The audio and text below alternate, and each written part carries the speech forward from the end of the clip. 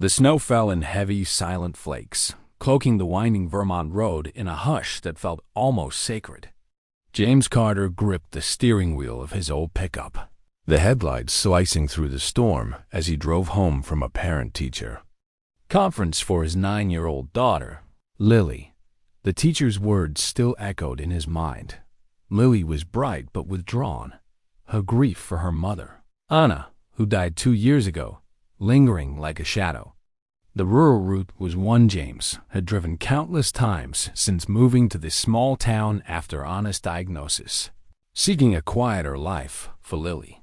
Tonight, though, the world felt different, heavier, as if the snow carried secrets. Then he saw her, a woman walking alone on the shoulder, barefoot, her white wedding dress glowing faintly in the beam of his lights. Her dark hair was damp, clinging to her shoulders, and her high heels swung loosely from one hand, the hem of her gown dragging through the slush. Emily Whitaker, though he wouldn't know her name for hours, moved with a strange mix of defiance and fragility, as if she were fleeing something she couldn't name. James's instinct was to keep driving. Meddling in others' lives rarely ended well, but something about her solitary figure, so out of place in the storm, tugged at him. He slowed the truck, his breath catching as he rolled down the window. "Are you okay? Do you need help?" His voice was soft, cautious, but it carried over the wind. Emily turned, her eyes catching the light, sharp with a mix of wariness and exhaustion. "I'm fine," she said, her polished accent betraying a life of privilege, though her trembling hands told a different story.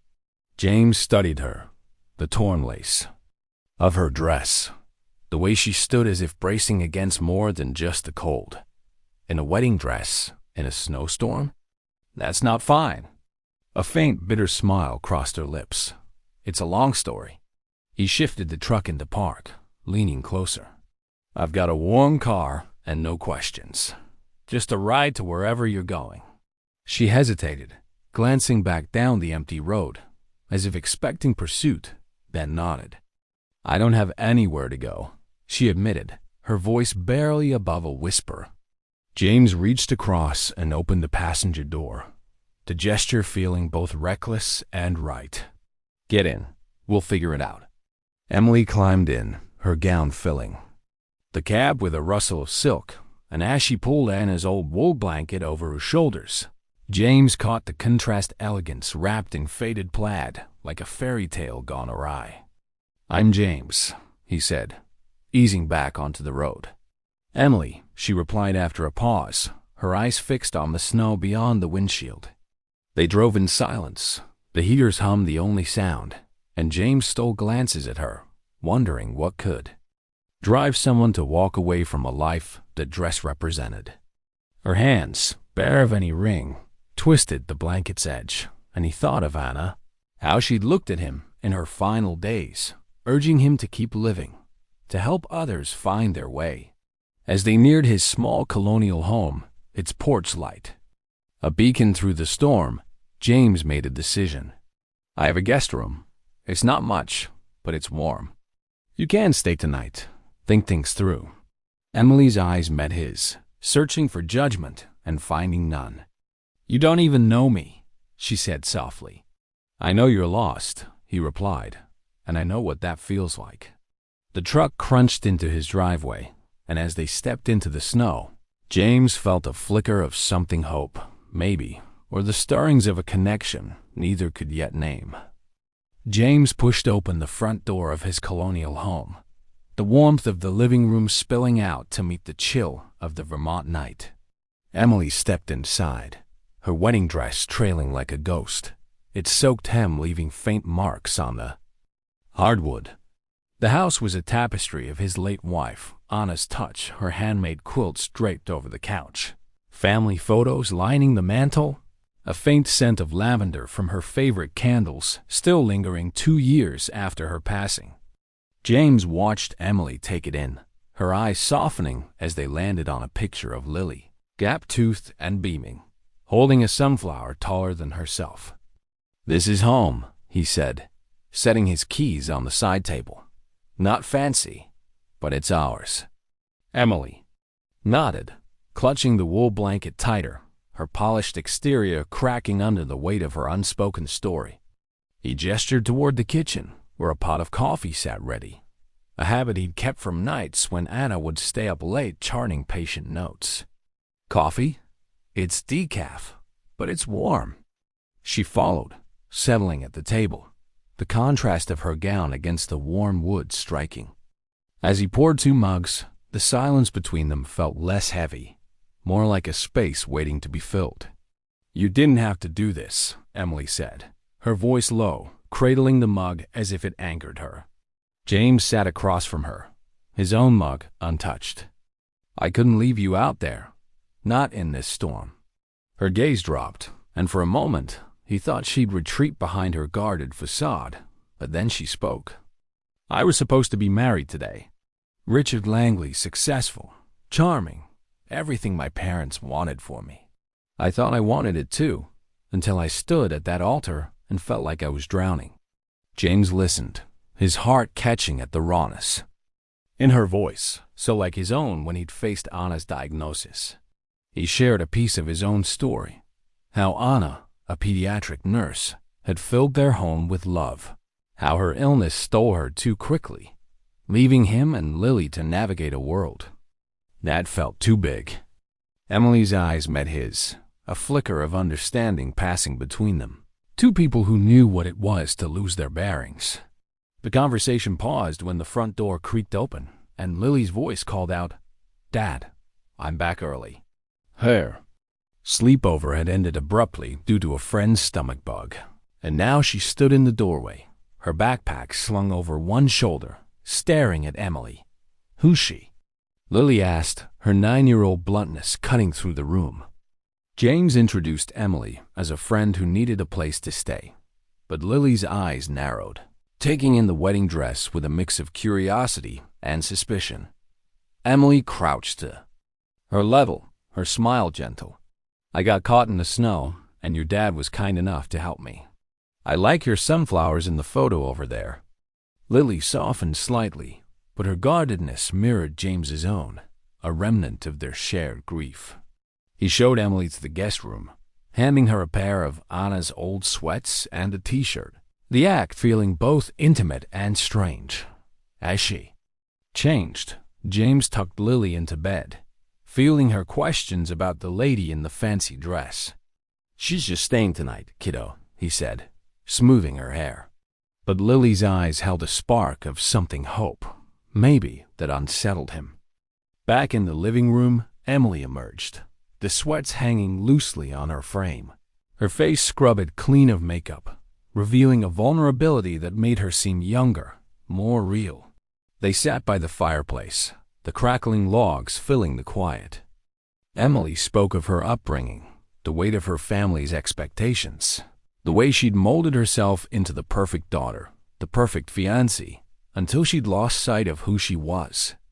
James found himself sharing more than he'd intended his. Fear of failing Lily, the guilt of living in a house still filled with Anna's presence.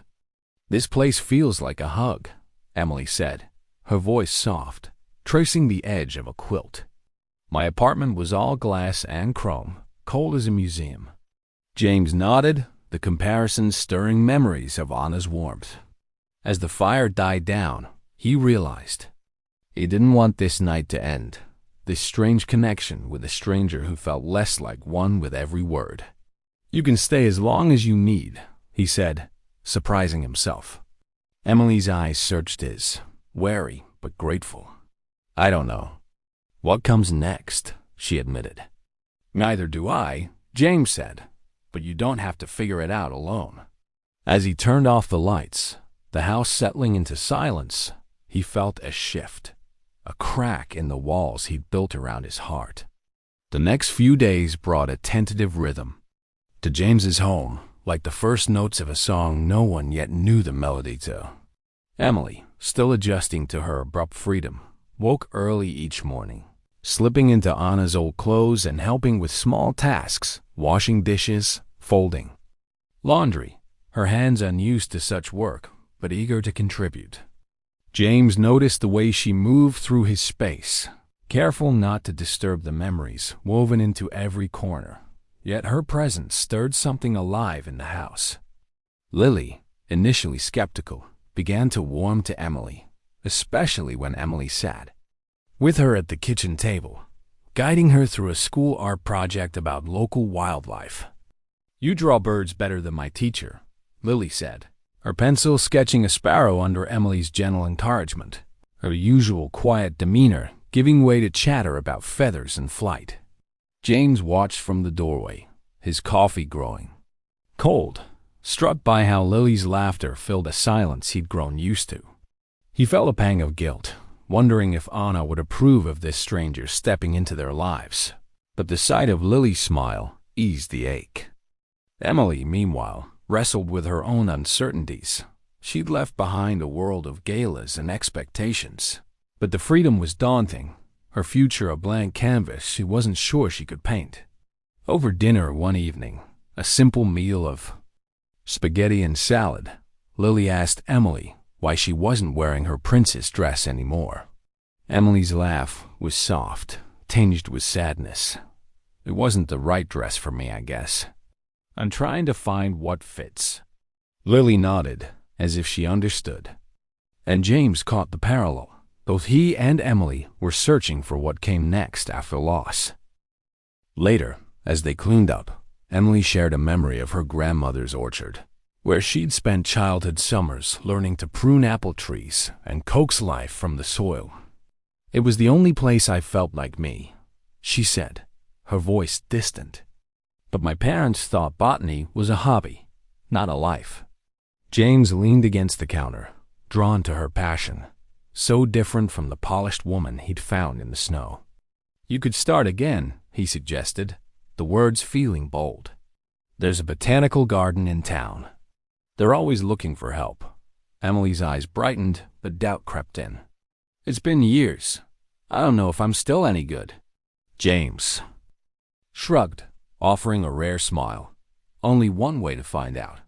The next day, Emily borrowed his laptop to research the garden, our excitement tempered by nerves as she drafted an inquiry email.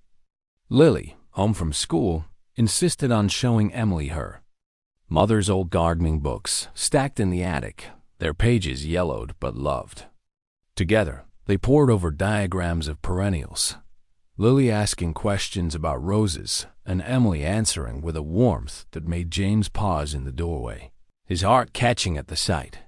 He joined them, flipping through Anna's notes in the margins, her handwriting a quiet reminder of her love for growing things. "Mom would have liked you," Lily said suddenly, her voice matter-of-fact, and James felt his throat tighten. Emily's hands stilled on the page, her eyes meeting his, a silent question in them. He nodded slightly, affirming Lily's words, though the moment stirred a complex mix of gratitude and fear of moving forward, of betraying Anna's memory, of letting someone new into their fragile world. Emily, sensing the weight, shifted the conversation to Lily's favorite flowers, but the air held a new charge, a possibility neither James nor Emily was ready to name. By the third day, Emily had an interview lined up at the botanical garden, and James drove her into town, the truck's heater humming as they passed snow-dusted fields. "Thank you," Emily said, her voice steady but soft, "for giving me a place to breathe." James glanced at her, the morning light catching the resolve in her eyes. "You're giving us something too," he said, thinking of Lily's laughter, the way the house felt less like a museum. As they pulled up to the garden's greenhouse, Emily clutched her borrowed coat, a mix of hope and fear on her face. James wanted to say more, to tell her she was stronger than she knew, but instead he offered, "You've got this." She smiled, a real one, and stepped out into the cold, her steps lighter than they'd been in the snow. Back home, Lily was waiting, eager to hear about Emily's day, and James realized their lives were intertwining in ways he hadn't anticipated. Fragile, but real. The morning sun filtered through the kitchen window, casting soft light on the breakfast table where James, Emily, and Lily sat over pancakes, the air filled with the scent of maple syrup and the easy chatter of a Saturday routine. Emily had settled into a quiet rhythm over the past week. Her interview at the Botanical Garden promising a part-time role that felt like a lifeline to her old dreams. But the peace shattered when the low rumble of engines broke the morning's calm, and James glanced out the window to see a sleek black SUV and a polished sedan pulling into the driveway. Richard Langley stepped out, his tailored coat and sharp features exuding a confidence that bordered on arrogance, flanked by a single aide who stayed by the car. James's stomach tightened as he recognized the man from Emily's story, the fiancé she'd fled. "Stay here," he told Lily, who looked up from her plate, eyes wide with curiosity. Emily's face paled, her fork clattering against the dish as she stood, smoothing Anna's old sweater as if it could shield her. James opened the door, meeting Richard's cold gaze. "Mr. Carter." "I presume," Richard said, his voice smooth but edged with disdain. "I'm here for Emily." James stood firm, blocking the doorway. "She's not something you can just claim." Richard's smile was thin, his eyes flicking past James into the house. "Emily, this has gone on long enough.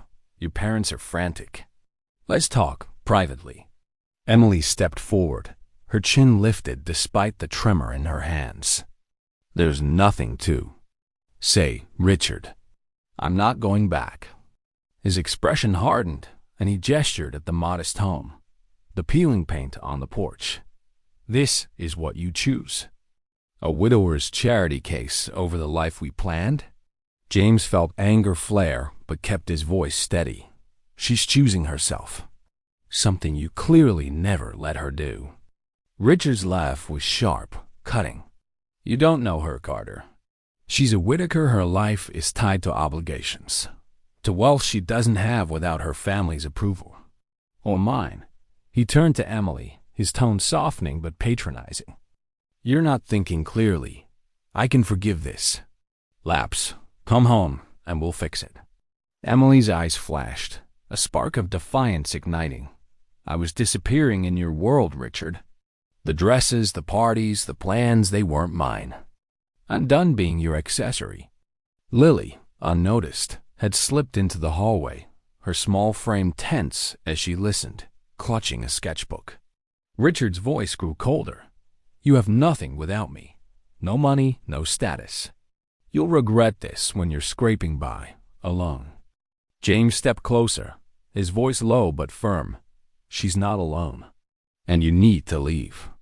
Richard's gaze darted between them, a flicker of realization crossing his face. "I see. You think you can play savior, Carter? She'd tire of this quaint little fantasy when reality hits." Emily's voice cut through, steady now.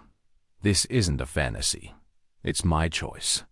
Richard's jaw tightened, but he turned, tossing a final barb over his shoulder. "You'll come back when you're broke and desperate. Don't expect me to wait." As his car pulled away, the house felt too still, the weight of his words lingering. Emily sank onto the couch, her hands shaking. As she stared at the floor, "He's right about the money," she whispered. "My trust fund, my apartment, it's all tied to my parents. I don't know if I can do this on my own." James sat beside her, keeping his distance, but his voice warm. "You're not on your own. And you're stronger than he thinks." Lily crept forward, her sketchbook clutched to her chest, and sat next to Emily. "When Mom was sick, she told me to be brave, even when it's scary," she said softly. "You're brave, Emily. You ran away from a whole wedding." Emily's eyes welled, and she managed a small smile, touching Lily's hand. "Your mom was smart, wasn't she?" Lily nodded, flipping open her sketchbook to a drawing of a garden vibrant with colors. "She'd say you should plant something. It makes you feel stronger." James watched, his heart swelling at Lily's wisdom, so like Anna's, and he saw Emily's shoulders relax, her fear easing in the face of a child's simple faith. Later, as Lily napped, Emily stood at the kitchen window, staring at the snow-covered backyard where Anna's old garden lay dormant. "I'd never stood up to anyone like that before," she admitted. James joined her, his voice gentle. "You did it today. That's a start." She turned to him, her eyes searching. "Why do you believe in me? You barely know me." He hesitated, then spoke. "From the heart. Because I see you trying, and that's enough." Anna always said helping someone find their way is the best thing you can do. Emily's gaze softened, and for a moment, the space between them felt charged with possibility. But neither moved to close it. The day ended with Emily drafting a resume for the botanical garden job, a determination growing, while James felt the stirrings of a hope he hadn't allowed himself in years.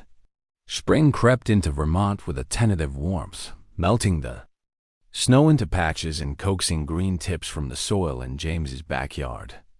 Emily had started her part-time job at the botanical garden, her days now filled with the scent of earth and the quiet satisfaction of tending plants, a stark contrast to the sterile perfection of her old life.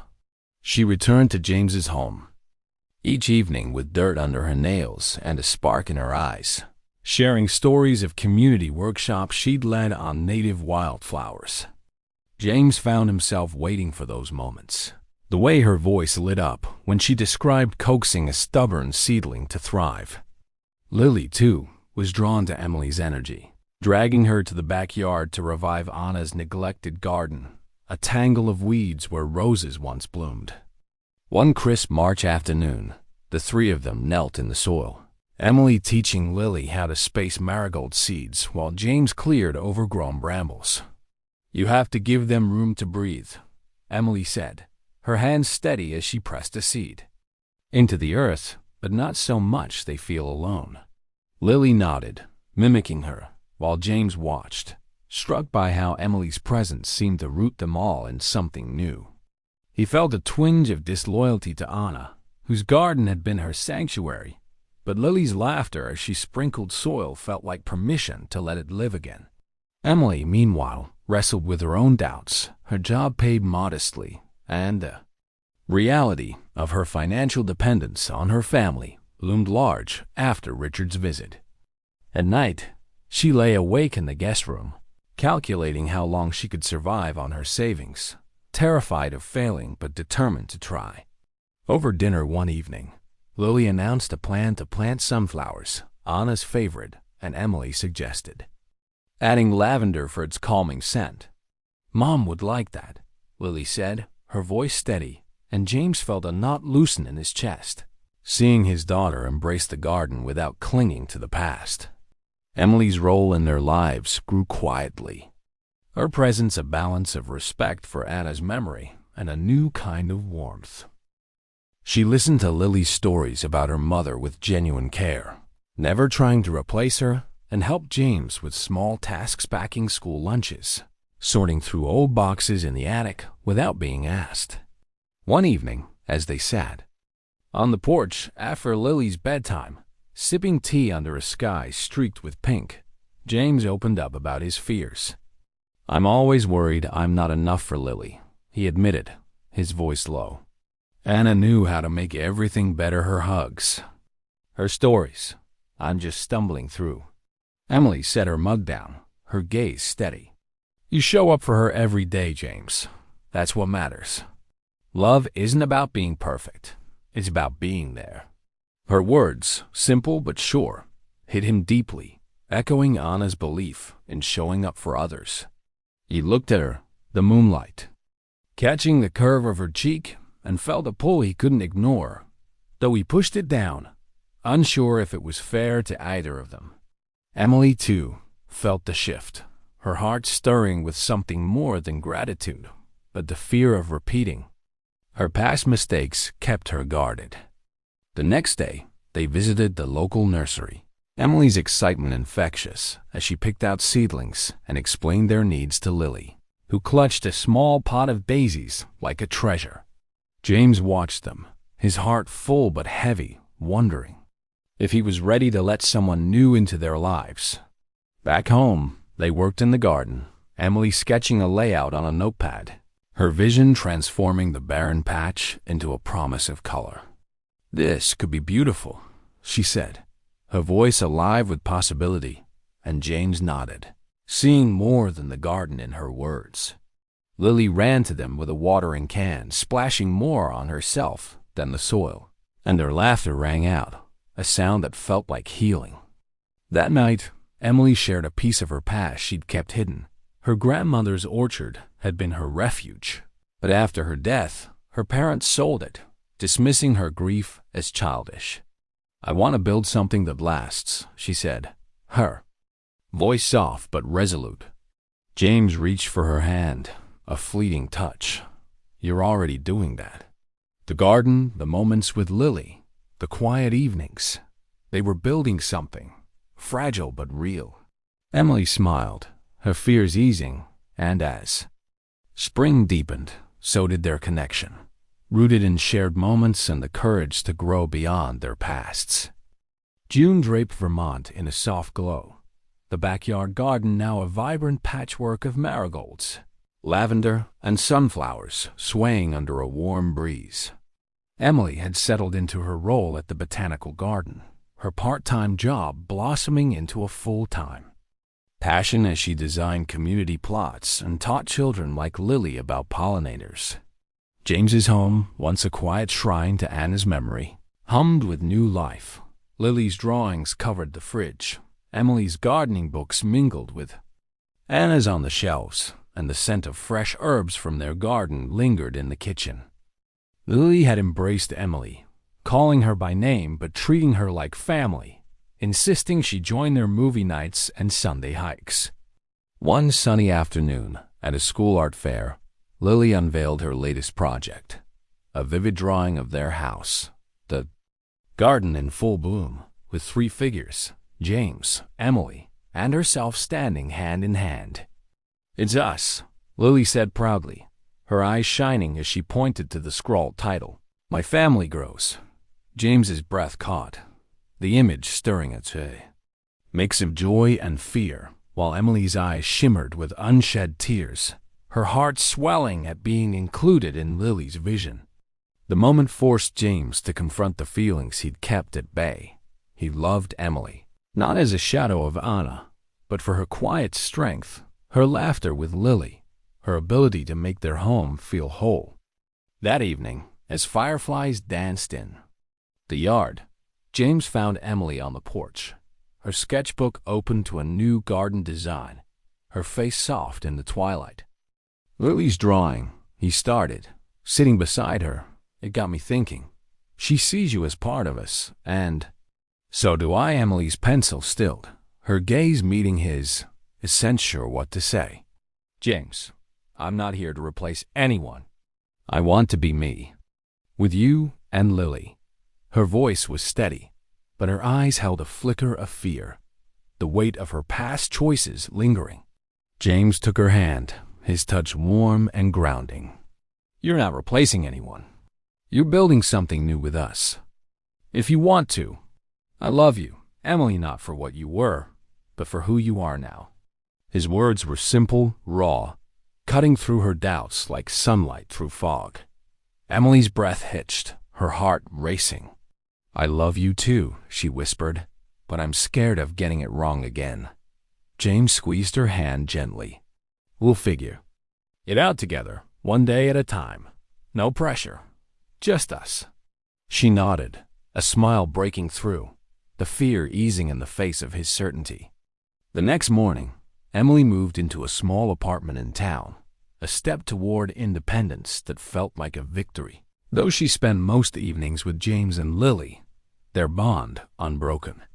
Lily led her through the house, pointing out Anna's favored spots, a reading nook, a chipped teacup, sharing stories with a warmth that welcomed Emily without erasing the past. "Do you think Mom would like our garden?" Lily asked one day, sitting on the porch swing, her voice curious but light. Emily sat beside her, thoughtful. "I think she'd love it. It's full of hope, like she was." Lily grinned, swinging her legs. "You make Dad smile like she did." James, overhearing, felt his chest tighten, Not with guilt, but with gratitude for a daughter who saw love as something that could grow again. Weeks later, they stood in the garden, planting a new row of daisies, Lily's favorite. Emily showed her how to pat the soil gently, while James watched, marveling at how their lives had intertwined. Emily had started a blog about her gardening projects, her words finding an audience online, a small income that felt like hers alone. The garden was their shared creation, a testament to patience and care, its blooms a mirror of their healing. As they worked, Lily ran to the house and returned with a new drawing, this one of the three of them laughing among the flowers, labeled Our Home. James hung it on the fridge, next to Lily's other art, and Emily felt a quiet certainty settle. In her, a sense of belonging, not to someone else's vision, but to a life she was choosing. "I want this," she said one evening, as they sat on the porch, the garden glowing under the stars. "I want to grow with you and Lily to build this with you." James's smile was radiant, his arm wrapping around her as Lily joined them, her laughter filling the night. They stood together, surrounded by the life they'd cultivated, not a fairy tale but a real beginning, rooted in choice and love.